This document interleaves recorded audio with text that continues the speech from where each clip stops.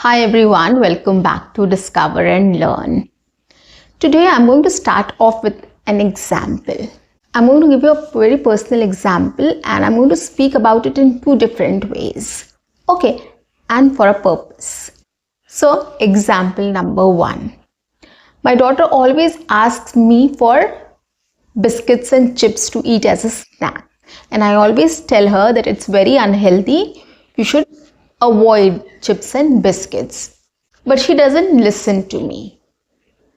Okay, example number 2. Yesterday my daughter was asking me for chips and biscuits and I told her that, you know what, you remember last time when you had biscuit and chips and you got sick, your stomach got upset, it started paining and you were restless the whole night. I have to give you medicine. And then you skipped dinner as well. The next day also you had to eat light food. So it was so difficult for you as well, right? You were not feeling well and you were so much in pain. And then she remembered everything and she said, yes, Mama, you're right. So I'm not going to have biscuit and chips today, right?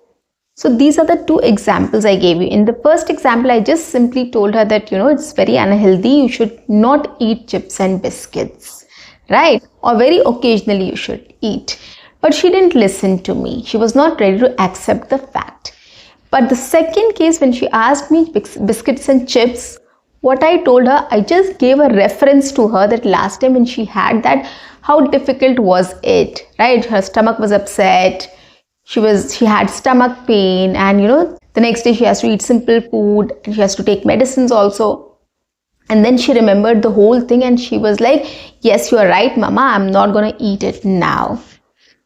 So did you notice what the difference is? I'll tell you. The difference is I have given an example to her which she can refer to and understand the context or the consequences of eating that biscuit and chips. Right? And she was able to relate to it. She was able to remember everything. And then she accepted the fact that yes, this is not good for her. But in the first case, I didn't give an example. I didn't tell her anything. I just simply put the fact forward that, it is unhealthy and you should avoid eating that. This is what the impact of a good conversation or good speaking skills are. You will not have to convince anybody. People will get convinced on their own. How do we do that? What all things we need to include in our conversation or in our speaking so that people get convinced on their own, right? And will sound more fluent and confident in speaking in English and making an impact on others. Let's talk about it. So guys, on that note, welcome back to my channel. I am your communications coach and a soft skill trainer by profession, and I'm here to help you out with all your communications problems and to help you speak English fluently and confidently. But if you haven't subscribed my channel yet, quickly subscribe my channel, like and share my videos, do write your comments in the comment section, and do not forget to press the notification icon so that you get all my videos on time, free of cost, and access to all the amazing content on this channel. What you have to do is stay tuned, stay connected, and watch my entire video to master this skill. Now let's begin. So I'm going to talk about 3 basic things which we need to include in our conversations, in our speaking or in our speeches so as to make an impact on others. How can we sound different? How can we sound more fluent and confident? How can we sound like a pro in English or like a native speaker? I'm going to give you 3 tips which is going to help you to sound like a pro, to sound more fluent in English, and to sound more like a native speaker. Okay, let's get started.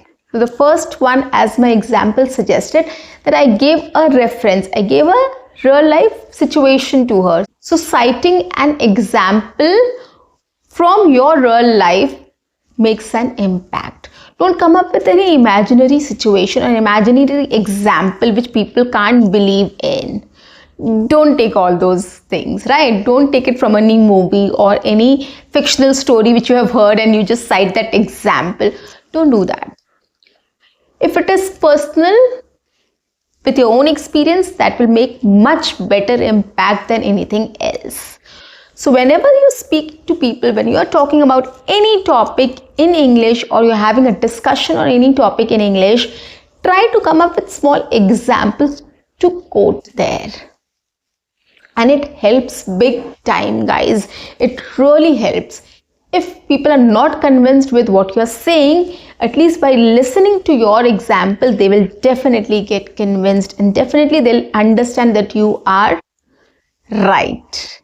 And they will think that you are knowledgeable, you know things, you are able to express your ideas, you're able to put your ideas across in the right way. That will be the impact of your speech, of your communication. Okay, so always try to cite some examples when you're speaking on any topic or anything. Simple things also, when you're talking about, you can just cite an example. You went for a shopping and you want to describe your shopping experience. Give a small example there, right?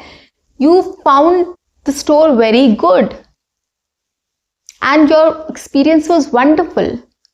You can give one example why it was wonderful, right? For example, if I want to say, if I'm telling somebody that, yeah, that store is quite good and the quality of the stuffs are very good and my shopping experience was wonderful there.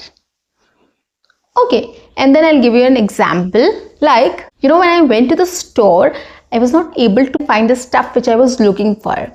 So I went for help and to be very honest, that person really took me there and he helped me with all the sizes and colors and everything. So he was there with me from starting to end to assist me.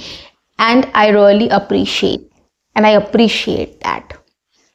So this was an example which I quoted why it was a wonderful experience. So when I went for help, that person took me there where those stuffs were available and he was there continuously with me from starting to end, and he was helping me with all the sizes and colors and everything else. Okay, so that is why it was a wonderful experience. So I quoted an example, so people will also start thinking, right, why she's saying that, and they will be able to relate to it. Yes, whenever we go to a mall or any store, if we don't see the stuffs which we are looking for, what we do, we go for help.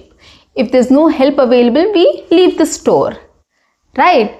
So if we get help and the person is there throughout, it means that they're very customer friendly, right? And they help people.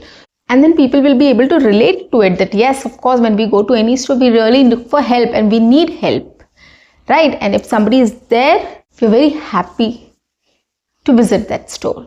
So this is why citing examples from your personal experiences brings an impact on your conversation, on your communication skills, right? It will make your idea, your thought very clear to the other person. So whenever you are talking next time whenever you're sharing anything with anyone or you're talking about any topic in English, try to cite an example from your personal life to make it more clearer, more impactful, more effective. Okay, so this is the first thing. Number 2, story. Come up with a small story, right? As I gave the first example, I told my daughter about what happened previously when she had biscuit and chips. But in the same way, there were many times when she talks to me about different stuffs and I'm not very much convinced about buying it for her or giving it to her or considering her suggestions. So what I do is I come up with a story and I tell her that story so that she understands the context and she realizes that it's not good for her, and that is why I'm saying no to it. That is why my opinion is different from her. Okay, instead of saying no or telling her that this is not right or I can't do this for you, I just come up with a story and tell her. and she realizes the impact also, and then she gets convinced and she understands this is not right or this is wrong. Okay, so this is another way of conveying your idea to people. Okay, we often talk about different companies, right? That this company is really good, employee friendly, and this company is not good, they're not employee friendly, and all those things we do talk about, right? Whenever we switch, or if there is any news about that company, we do talk about it, like TCS, Infosys, LTI, etc., etc. We do talk about companies, right? So recently what happened, one of my colleagues came to me and asked me about a company, like, how is this company? We were just having a discussion about some companies, and he suddenly asked me about one company which he quoted, and I had an experience with that company. So suddenly I remembered everything, and then I told him about it, that I didn't had a great experience with that company. And then I told him that few years back I went for an interview in that company. Everything was very smooth. I was very impressed by the company. They were also very impressed by me, and they hired me. But when I was hired, things were just opposite. Nobody gave me a call back. Nobody asked me about my joining date. Nobody asked me about did I get the laptop or not. So there was no communication. A day before, a person called me, and then she sounded very rude, and it was not very, I didn't had a good experience. So I just told him this story, and then he understood that, oh, is it? So he was like, oh, is it? I didn't knew this. And I was like, no, it has happened to me, and I'm telling you. So this is a personal story I shared with him, that this has happened to me long back or sometimes back. In the same way, whenever you're talking about anything, if you can include a small story about what has happened, the incident, what went wrong or what went right, or how was it, if you just can describe it in the form of a small story, that is well and good. You've heard from someone, or you had experienced, or somebody has told you, or you have seen something, you have listened something or heard something, right, about it. You can just talk about it in the form of a story. So including a story is also very helpful. Okay, so you can include a short story also about your experience, or you have heard something from someone, or you know about something. So you can just talk about it in this way. You can just include that, and it is definitely going to make an impact on people listening to you. Okay, so do this also. The third one is giving data to support your conversation.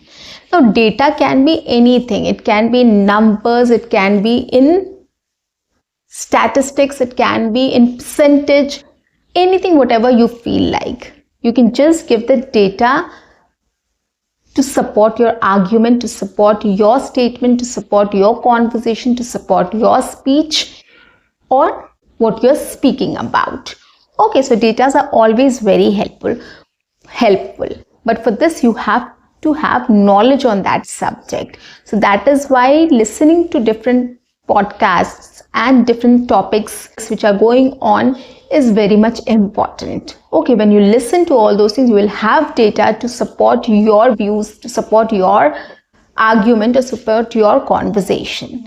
Okay, so you can give any percentage, you can give any number, you can give it in terms of statistics or anything else, whatever you wish. But data is very important. You can quote something from somewhere and say that to support your conversation. Okay, so for this, you have to have knowledge on different topics and subjects. So that is why it is very much essential to listen to things, watch news, watch podcast, watch anything, any field which you are interested in, watch things regarding the same, or listen to things regarding the same. And when you listen to it, you will automatically get those data and those figures or numbers, and you will be able to quote it, you will be able to convey that, right, or add to your argument or conversation. So these are three things which are very much important to consider while having a conversation in English, to sound better or more fluent, or to sound more like a native speaker, or to sound like a pro in English. Okay, these are the tips and tricks which native speakers follows.